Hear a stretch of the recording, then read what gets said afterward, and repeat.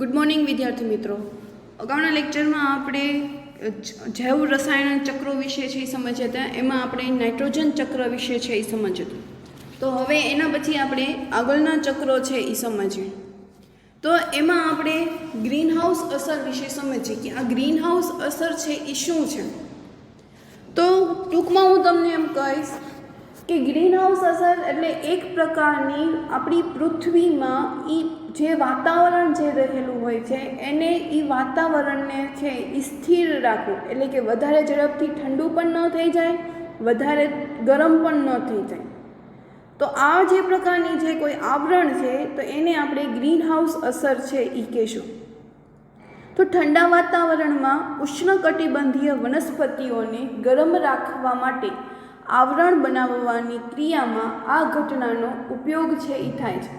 ઠંડા વાતાવરણમાં એટલે ક્યાં? તો કે જ્યાં બરફવાળો કોઈ પ્રદેશ છે, શિમલા છે, મનાલી છે, કોઈ હિમાચલ પ્રદેશ છે, એન્ટાર્કટિકા છે, તો ત્યાં આપણે ઉષ્ણકટિબંધીય વનસ્પતિઓ, ઉષ્ણકટિબંધીય એટલે તમને બધાને હવે ખબર છે કે આ શબ્દથી તમે પરિચિત છો. ઉષ્ણકટિબંધ એટલે કે જ્યાં વાતાવરણ છે કેવું રહેલું હોવું જોઈએ? તો કે ગરમ. તો આપણને ખબર છે કે ઠંડા વિસ્તારમાં ગરમ વનસ્પતિઓ છે જે ગરમ પ્રદેશમાં થાય છે એ વનસ્પતિઓને ત્યાંનું વાતાવરણ છે એ અનુકૂળ નથી આવતું, છતાં પણ આપણે આ વનસ્પતિઓને ઉગાડવી છે ઠંડા પ્રદેશમાં. તો એક પ્રકારનું આપણે સંયોજન એટલે કે એક પ્રકારની આપણે આવરણ બનાવીએ છીએ અને એ આવરણને આપણે ગ્રીનહાઉસ અસર છે કહીએ છીએ. તો આવી જ રીતે આપણે પૃથ્વીની ફરતે પણ આવું પ્રકારનું એક આવરણ છે એ રહેલું હોય છે. તો આ પ્રકારના આવરણને આપણે ગ્રીનહાઉસ અસર કહીએ છીએ. ગ્રીનહાઉસ અસર વાતાવરણીય પ્રક્રિયાઓમાં પણ થાય છે. ગમે એ વાતાવરણ હોય, ઠંડુ હોય, ગરમ હોય, તો ત્યાં તો એ વનસ્પતિ ઉગે જ છે. પણ આપણે જો ઠંડા પ્રદેશમાં ગરમ વાતાવરણમાં રહેતી વનસ્પતિ ઉગાડવી હોય તો આપણે એની પ્રક્રિયા છે એ કરી શકીએ છીએ. આમાં કેટલાક વાયુઓ છે કે જે પૃથ્વીમાંથી ઉષ્માને પૃથ્વીની બહારના વાતાવરણમાં થતાં રોકે છે. એટલે કે બહારના અમુક આપણને ખબર છે કે વાયુઓ જે કિરણો છે સૂર્યપ્રકાશના એના કિરણો, તો એ પૃથ્વી પર આપાત થઈને પાછું પરાવર્તિત થઈને પૃથ્વીની બહાર છે એ જતા રહે છે. જો એવી જ રીતે બધા કિરણો છે પૃથ્વીની બહાર છે એ જતા રહે તો વાતાવરણ છે એ આપણને ગરમાવટવાળું રહે નહીં. તો એની માટે પૃથ્વીની બહાર છે એ એક પ્રકારનું આવરણ છે એ કર્યું છે કે જેથી સૂર્યમાંથી આવતા જે કિરણો છે એ પૃથ્વીમાં તો આવી શકે છે, પણ એમાંથી મોટા ભાગના કિરણો છે એ પૃથ્વીની બહાર પરાવર્તન થતા નથી. શું કામ નથી કરવા દેતા? તો જો આપણે એ થવા દઈએ કે બધા કિરણો છે એ બહાર જતા રહે તો ત્યાં શું થાય? તો કે પૃથ્વીમાં ગમે ત્યારે ગમે વાતાવરણ છે એ બની જાય છે, એટલે તરત ઠંડુ પણ થઈ જાય, તરત ગરમ પણ થઈ જાય, એટલે કોઈને આ માફક આવે નહીં. તો એના માટે આપણે ગ્રીનહાઉસ અસર જેવી કોઈક આવરણ છે એ બનાવેલું છે કે જેથી પૃથ્વીમાં જે ઉષ્મા છે એ પૃથ્વીની બહાર છે એ ન જતી રહે, એને રોકી રાખવા માટે આપણે આ પ્રકારનું આવરણ છે એ બનાવ્યું છે. વાતાવરણમાં આવેલા આ પ્રકારના વાયુઓનો વધારો સમગ્ર વિશ્વના સરેરાશ તાપમાનને વધારી શકે છે. તો આ પ્રકારની અસરને ગ્રીનહાઉસ અસર કહે છે. હવે એના પછી એક પ્રશ્ન મને એવો થયો કે વૈશ્વિક ઉષ્મીકરણ એટલે કે ગ્લોબલ વોર્મિંગ. તો આ જે ગ્લોબલ વોર્મિંગ છે તો એના પરિણામો શું હોઈ શકે? એવો પરીક્ષામાં પૂછાય કે ગ્લોબલ વોર્મિંગના પરિણામો શું છે. તો શું થાય ગ્લોબલ વોર્મિંગથી? તો કે જો ગ્લોબલ વોર્મિંગ થતું હોય તો ઉનાળો છે એ ધીરે ને ધીરે એનું તાપમાન છે એ વધતું થાય. તમે જોજો, તમે જ્યારથી સમજતા થયા હશો ત્યારે તમે જોયું હશે કે ઉનાળો છે એ દરેક વખતે ધીરે ધીરે સેલ્સિયસ છે એનું વધતું જાય છે. પહેલાં જે આપણું ઉનાળાનું જે તાપમાન હતું એ નોર્મલી 37 કે 35 એની આજુબાજુ છે એ રહેતું હતું, પણ અત્યારે જે હાલનું ઉનાળાનું જે તાપમાન હોય છે એ હંમેશા 40 ડિગ્રીથી વધારે જ હોય છે. તમે ન્યૂઝપેપરમાં વાંચતા હશો કે આજે આ જગ્યાએ આટલું તાપમાન છે, અમદાવાદ છે તો ત્યાં 45 ડિગ્રી સેલ્સિયસ છે, ભાવનગર છે તો ત્યાં 42-43 ડિગ્રી સેલ્સિયસ છે. એટલે ધીરે ને ધીરે ઉનાળો છે કેવો થતો જાય છે? તો કે આકરો બનતો જાય. ઉનાળો વધતો જવાથી ધ્રુવ પ્રદેશ પર રહેલા બરફો છે એ શું થઈ જાય? તો કે પીગળવા માંડે, ઓગળવા માંડે. તે બીજો એ પોઈન્ટ થાય. હવે બરફ પીગળી જાય છે તો એનું પાણી ક્યાં જશે? છેવટે દરિયામાં. તો આ દરિયાની સપાટી પણ કેવી આવશે? તો કે ઊંચી આવી જશે. હવે જો સપાટી ઊંચી આવે તો દરિયાકાંઠાના જે વિસ્તારો છે એ શું થશે? તો કે ડૂબવા લાગશે અને એના કારણે આબોહવાની પરિસ્થિતિમાં બદલાવ થશે. એટલે આમ 5 પ્રકારના, આમ તો અન્ય ઘણા બધા પ્રકારના પરિણામો છે જોવા મળે છે, પણ અત્યારે આપણે 5 છે જોયા. કયા? એક, આકરો ઉનાળો થાય. બીજું, ધ્રુવ પ્રદેશ પરનો બરફ છે એ ઓગળતો જાય. ત્રીજું, દરિયાઈ પાણીની સપાટી છે એ ઊંચે આવી જાય. ચોથું, દરિયાકાંઠાના વિસ્તારો ડૂબી જાય. ને પાંચમું, આબોહવાની સ્થિતિમાં બદલાવ થાય. બરાબર. તો આ વૈશ્વિકીકરણ એટલે કે ઉષ્મીકરણના પરિણામો છે એ થાય. પછી મને એવો થયો કે કેટલાક અન્ય ગ્રીનહાઉસ વાયુઓના નામોની પણ તપાસ કરો કે કયા વાયુઓને બહાર છે એ જવા દેતા નથી. તો એમાં કોણ આવશે? તો કે કાર્બન ડાયોક્સાઇડ એટલે કે CO2, મિથેન જેનું સંજ્ઞા થાય CH4, નાઇટ્રસ ઓક્સાઇડ એટલે કે N2O, ક્લોરોફ્લોરોકાર્બન એટલે કે CFC. આના વિશે આપણે આગળ છે એ ભણીશું. ઓઝોનના પડમાં CFC છે એ ખૂબ જ વધારે પ્રમાણમાં નુકસાન કરતા છે.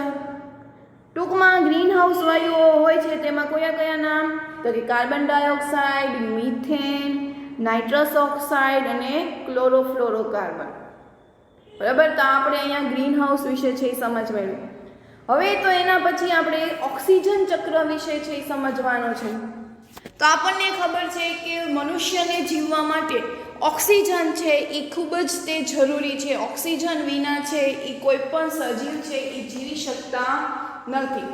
આમ ઓક્સિજન છે તો એના પહેલાં તો 2 પ્રકાર પડે. નિર્જીવ ઘટક એટલે કે નિર્જીવ સ્વરૂપે અને જૈવિક અણુઓમાં. તો જૈવિક અણુઓમાં કોણ આવશે? તો કે કાર્બોદિત, પ્રોટીન, લિપિડ. આ લિપિડ શબ્દ વિશે પણ આપણે પરિચિત છીએ. આપણે ચેપ્ટર નંબર 6માં લિપિડને આપણે ચરબી સ્વરૂપે સમજ્યું હતું. અને ન્યુક્લિક એસિડ વગેરેમાં ઘટક સ્વરૂપે તે આવશ્યક છે જૈવિક અણુઓમાં. જ્યારે નિર્જીવ ઘટક હોય છે તો પાછા એના 2 પ્રકાર પડે કે ઓક્સિજન છે એ વાતાવરણમાં મુક્ત સ્વરૂપે 21% મળે છે અને પૃથ્વીના પોપડામાં કાર્બન ડાયોક્સાઇડ, ધાતુઓ અને સિલિકોનના ઓક્સાઇડ સ્વરૂપે આપણને સંયોજન સ્વરૂપે ઓક્સિજન છે એ મળે છે. સમજીએ એટલે વધારે ખબર પડશે. તો કે ઓક્સિજન પૃથ્વી પર ઘણી માત્રામાં મળી આવતું તત્વ છે. ઘણી માત્રામાં મળી આવતું તત્વ છે. ઓક્સિજન છે એ વાયુ તત્વ છે. બરાબર. ખાસ યાદ રાખજો, ઓક્સિજન વાયુ છે પણ એને આપણે એક તત્વ સ્વરૂપે છે એ લીધેલું છે. તેનું પ્રમાણ વાતાવરણમાં મૂળભૂત સ્વરૂપમાં આશરે 21% છે. આપણને ખબર છે કે વાતાવરણમાં ઓક્સિજનનું પ્રમાણ કેટલું છે? 21%. નાઇટ્રોજનનું પ્રમાણ કેટલું છે? 78%. પછી કાર્બન ડાયોક્સાઇડનું તો કે 0.03%. તો તે વધુ માત્રામાં પૃથ્વીના પોપડામાં સંયોજનના સ્વરૂપમાં કાર્બન ડાયોક્સાઇડના સ્વરૂપમાં મળી આવે છે. એટલે ઓક્સિજન છે એનું સંયોજન સ્વરૂપમાં કોણ છે? તો કે કાર્બન ડાયોક્સાઇડ. એટલે કેવી રીતે? તો કે કાર્બન ડાયોક્સાઇડનું અણુસૂત્ર શું થાય? તો કે CO2. તો આજ આપણને ખબર છે કે પૃથ્વીમાં જ તે કાર્બન ડાયોક્સાઇડનું પ્રમાણ છે એ છે. તો આ જે કાર્બન ડાયોક્સાઇડ છે તો એમાં પણ ઓક્સિજન છે એ રહેલું છે. એટલે સંયોજન એટલે શું? કે 2 તત્વથી વધારે મિશ્ર થયા હોય. એટલે આ CO2 હું તમને કહું તો આ CO2 છે એટલે એમાં કાર્બનનો 1 અણુ અને ઓક્સિજનના 2 અણુ. તો આ સ્વરૂપે પણ આપણને ઓક્સિજન છે એ મળે છે. બીજી કઈ રીતે? તો કે પૃથ્વીના પોપડામાં ઓક્સિજન છે એ ધાતુ અને સિલિકોનના ઓક્સાઇડ સ્વરૂપમાં પણ મળી આવે છે. પ્રશ્ન આવો પૂછી શકીએ કે ઓક્સિજન છે એ કઈ રીતે મળી આવે છે, એના સંયોજનો કયા છે? તો એમાં શું લખશું આપણે કે ઓક્સિજન છે એ એના સંયોજન સ્વરૂપમાં કાર્બન ડાયોક્સાઇડ મળી આવે છે. આ ઉપરાંત ધાતુઓ અને સિલિકોનના ઓક્સાઇડ સ્વરૂપમાં પણ મળી આવે છે. ઓક્સાઇડ એટલે એમાં શું આવશે? હવે ઓક્સાઇડ એટલે એમાં ઓક્સિજન હોય, નામ ઉપરથી જ તે ઓક્સાઇડ એટલે શું થાય? ઓક્સિજન. કોઈ પ્રક્રિયા થાય છે અને એમાંથી શું બને છે? તો કે ઓક્સાઇડ બને છે. આ વિશે તમે વધારે છે જ્યારે આપણે કેમેસ્ટ્રીના પાઠ ભણીશું ત્યારે વધારે તમને ક્લિયર થશે. તે જૈવિક અણુઓમાં પણ જોવા મળે છે. તો કયા કયા સ્વરૂપમાં જોવા મળે છે? તો કે કાર્બોદિત, પ્રોટીન, ન્યુક્લિક એસિડ, ચરબી એટલે કે લિપિડ એ પણ એક આવશ્યક ઘટક છે.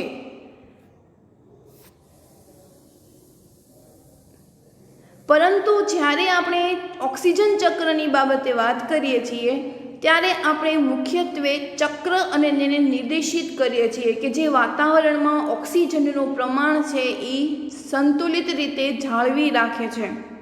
આપણને ખબર છે કે આટલું બધું 78% જો તમે વિચાર કરો કે 78% છે એ નાઇટ્રોજન વાયુ છે, છતાંય આપણને કોઈ મુશ્કેલી થતી નથી. શું કામ? કે ઓક્સિજન છે એ વાતાવરણમાં બેલેન્સ છે એ બનાવી રાખે છે. વાતાવરણમાં હવે ઓક્સિજન તો 21% છે. હવે 21% અને 78%માં કેટલો બધો ડિફરન્સ છે, છતાં પણ ઓક્સિજન છે એ પોતાનું પ્રમાણ છે એને સંતુલિત રીતે જાળવી રાખે છે. વાતાવરણમાં ઓક્સિજનનો ઉપયોગ છે એ 3 પ્રક્રિયામાં થાય. આપણે ઓક્સિજનનો ઉપયોગ કઈ રીતે કરીએ છીએ? તો કે 3 રીતે થાય. વાતાવરણમાં રહેલો ઓક્સિજન કે આપણે શ્વસનથી થઈ શકે, દહનમાં થાય અને નાઇટ્રોજનના ઓક્સાઇડના નિર્માણમાં પણ ઓક્સિજન છે એ ખૂબ જ મુખ્ય પ્રક્રિયા સ્વરૂપે છે અને જેને આપણે પ્રકાશ સંશ્લેષણ કહીએ છીએ. અને જેના દ્વારા ઓક્સિજન છે એ ફરી પાછો કુદરતમાં આવી જાય છે એટલે કે વાતાવરણમાં આવી જાય છે અને આ રીતે ઓક્સિજન છે એ પોતાનું ચક્ર છે એ ફેરવ્યા કરે છે. એટલે ખાસ યાદ રાખજો કે વાતાવરણમાં રહેલો ઓક્સિજન છે એને આપણે 3 રીતે ઉપયોગ કરીએ. શ્વસન રીતે કે એમાં આપણે ઓક્સિજન છે એ ડાયરેક્ટ મેળવી શકીએ છીએ. દહન માટે, દહન એટલે કે અહીંયા સળગાવ. તમે જોજો આપણે એનો પ્રયોગ વિશે મેં તમને વાત કરી હતી કે એક મીણબત્તી હોય, એના ઉપર ગ્લાસ છે એ ઊંધો વાળી દો, તમે જુઓ કે એ મીણબત્તી છે એ ક્યાં સુધી સળગે છે? તો કે ગ્લાસની અંદરના ભાગમાં જેટલું ઓક્સિજન રહેલું હશે એટલું એની સળગશે. જેવું કાર્બન ડાયોક્સાઇડનું પ્રમાણ વધી જશે એવું મીણબત્તી છે ધીરે ને ધીરે ઓલવાઈ જશે. આપણે આ વિશે છે અગાઉ નાના હતા ત્યારે આપણે આનો પ્રયોગ છે એ આવતો હતો. એટલે દહન માટે તે સળગે ત્યારે જ તે કે જ્યારે એની આજુબાજુ ઓક્સિજન હોય. જો ઓક્સિજનનું પ્રમાણ ઓછું હોય તો કોઈ પણ વસ્તુ છે એ સળગતી નથી. એટલે કે શ્વસન માટે, દહન માટે અને ત્રીજું કયું કીધું? તો કે નાઇટ્રોજનના ઓક્સાઇડના નિર્માણ માટે.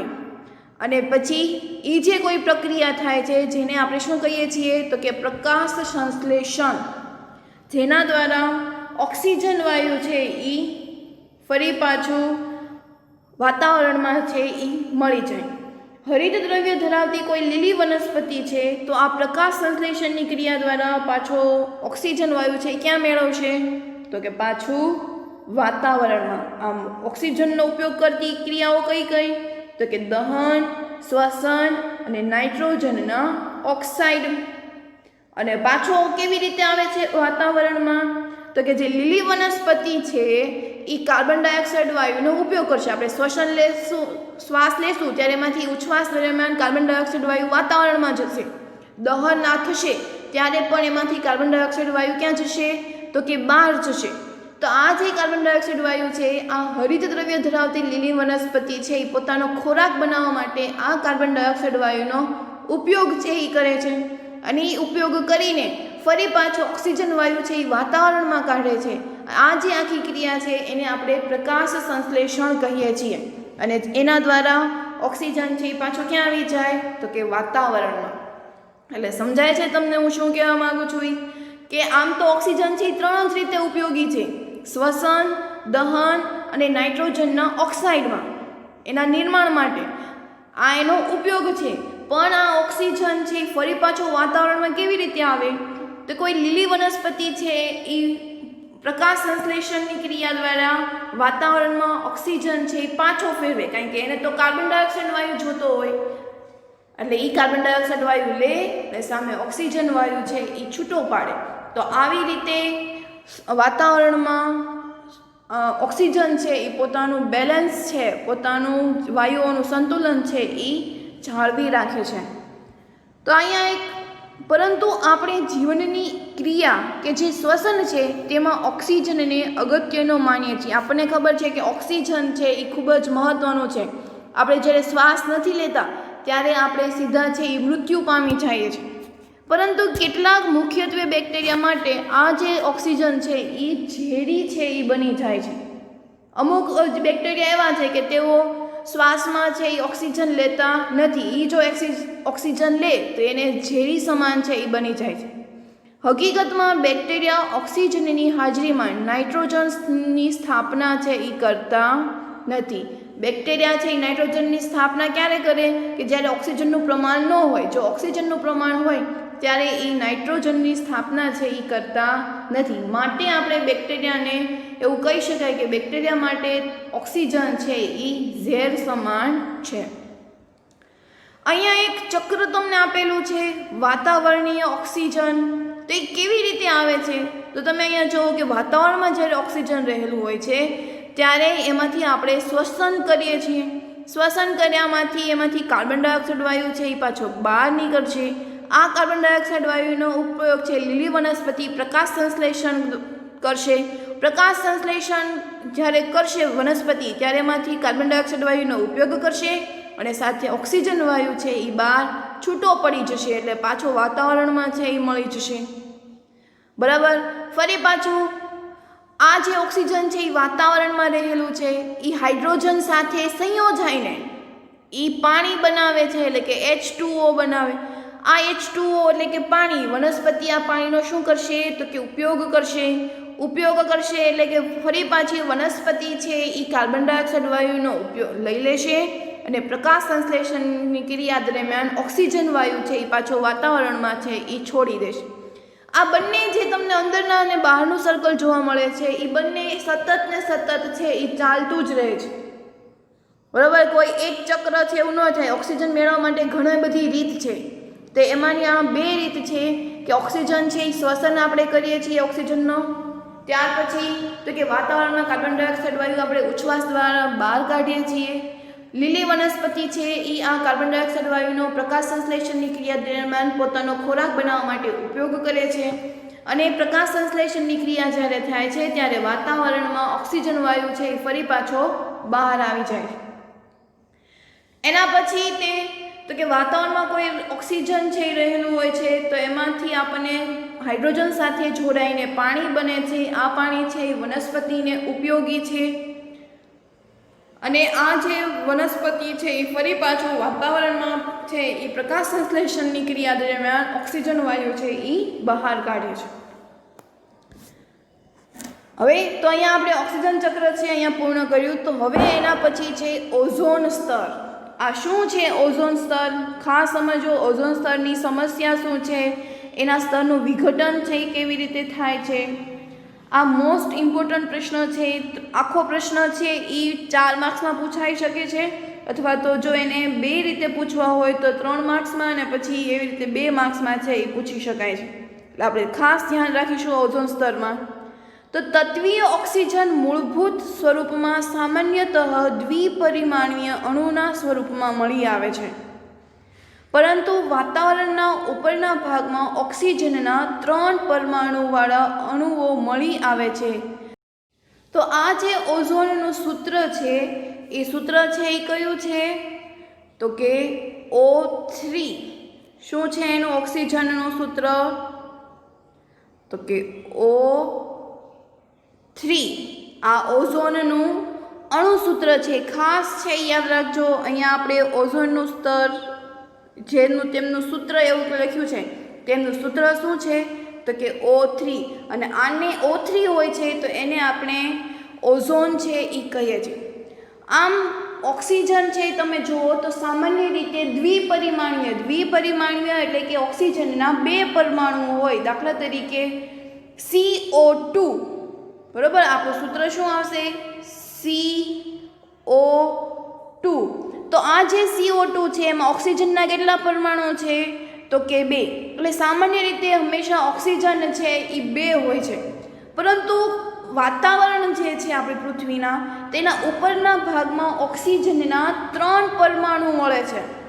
અને આ ત્રણેય પરમાણુઓ ભેગા થઈને અણુ બનાવે છે અને આ જે અણુ છે એનું નામ શું છે તો કે ઓઝોન O3 એનું અણુસૂત્ર શું છે O3 ઓક્સિજનના સામાન્ય દ્વિપરિમાણીય અણુથી વિપરીત ઓઝોન છે એ ઝેરી હોય છે આ જે બે પરમાણુઓ હોય છે એની કરતાં જે ત્રણ પરમાણુઓ હોય છે એ કેવા હોય છે તો કે એ ઝેરી હોય છે કાર્બન ડાયોક્સાઇડ વાયુ છે એટલું નુકસાન નથી કરતા પણ આ જે ઓઝોન છે એ આપણને ખૂબ જ તે નુકસાન છે એ કરે છે પણ આ જે ઓઝોન છે એ આપણી પૃથ્વીની સપાટીની નજીક છે એ આવેલા હોતા નથી એનું કામ શું આ ઓઝોનનું તો કે સૂર્યમાંથી આવતા હાનિકારક જે વિકિરણો છે એને એ શોષી લેવાનું આપણને ખબર છે કે સૂર્યમાંથી ખૂબ જ તીવ્ર રીતે ખૂબ જ ગરમાવટવાળા કિરણો છે એ આવે છે તો આ જે કિરણો છે તો એ ઓઝોન શું કરશે તો કે એ એના કિરણોને છે એ શોષી લેશે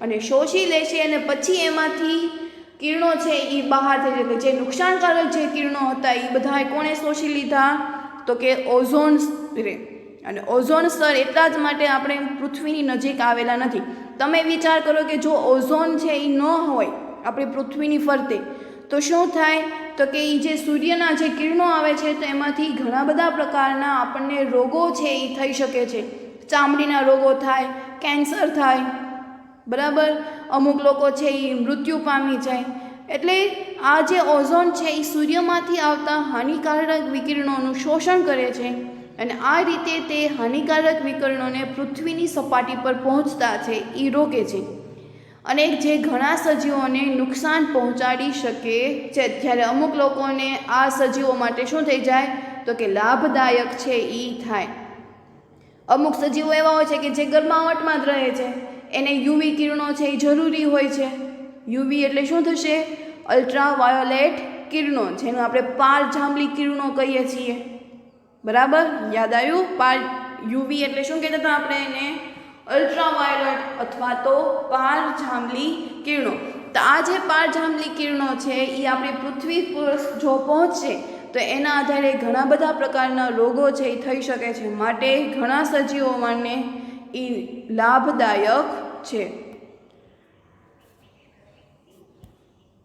એના પછી તો કે હાલમાં એ સંશોધન થયું છે કે આ જે સ્તર છે એનું વિઘટન છે એ કેમ થતું જાય છે એવું તો શું થાય છે કે તો આ ઓઝોન સ્તર છે એ ધીરે ને ધીરે છે એ ઘટતું જાય છે તો એનું કારણ છે કે જ્યારે મનુષ્ય દ્વારા બનાવેલા વિવિધ સંયોજનો જેવા કે ક્લોરોફ્લોરોકાર્બન આપણે હમણાં જ આગળ વાત કરી હતી CFC ત્યારે મેં તમને કીધું હતું કે જ્યારે આપણે ઓઝોન ભણશું ત્યારે હું તમને કહીશ તો આ CFC છે એ વાતાવરણમાં સ્થિર અવસ્થામાં જ તે હાજર હોય છે અને આ CFC છે એ ક્યાં જોવા મળે છે તો કે રેફ્રિજરેટરમાં એટલે કે ફ્રીજમાં એર કન્ડિશનર પછી કુલર એ બધામાં CFCનો ઉપયોગ છે એ કરે છે અને એના કારણે ઓઝોન સ્તરનું પ્રમાણ છે એ વધતું જાય છે હાલના જે નવા બનેલા જે ફ્રીજ હોય છે એમાં CFCનું પ્રમાણ છે એ ઓછું હોય છે એવી જ રીતે એર કન્ડિશનર અથવા તો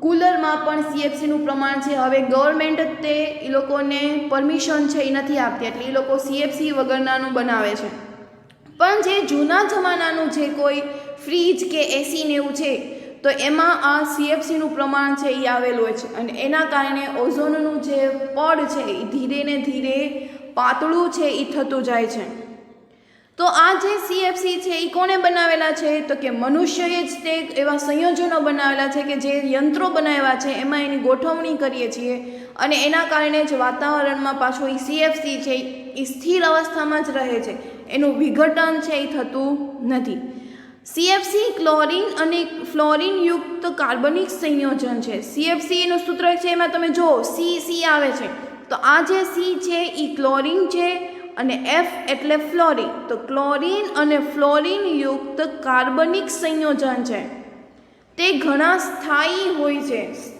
અને કોઈપણ જૈવ પ્રક્રિયા દ્વારા તેનું વિઘટન છે એ થતું નથી એકવાર વાતાવરણમાં આવી જાય પછી તમે ગમે એ રીતે એનું પ્રક્રિયા કરીને એનું વિઘટન કરો તો પણ એનું વિઘટન છે એ થતું નથી એકવાર તે ઓઝોનના સ્તરની નજીક પહોંચે પછી તેઓ ઓઝોન અણુ સાથેની પ્રતિક્રિયા છે એ કરે છે એકવાર જો એ ઓઝોનના સ્તર સાથે જો એ સંપર્કમાં આવી ગયા પછી એની સાથે પ્રક્રિયા જ કરવા મળે અને એ પછી છૂટું પડે નહીં. અને આ જે પ્રક્રિયા કરે છે એમાંથી ઓઝોનનું એનું શું કરે છે તો કે એનું ક્ષરણ કરી નાખે. આ CFC છે ને એ ઓઝોનના સ્તરને ખેંચે, શોષણ કરે, એટલે CFCનું પડ ધીરે ને ધીરે છે એ મજબૂત થતું જાય અને જે ઓઝોન સ્તર છે એનું પડ ધીરે ને ધીરે છે એ પાતળું છે એ થતું જાય.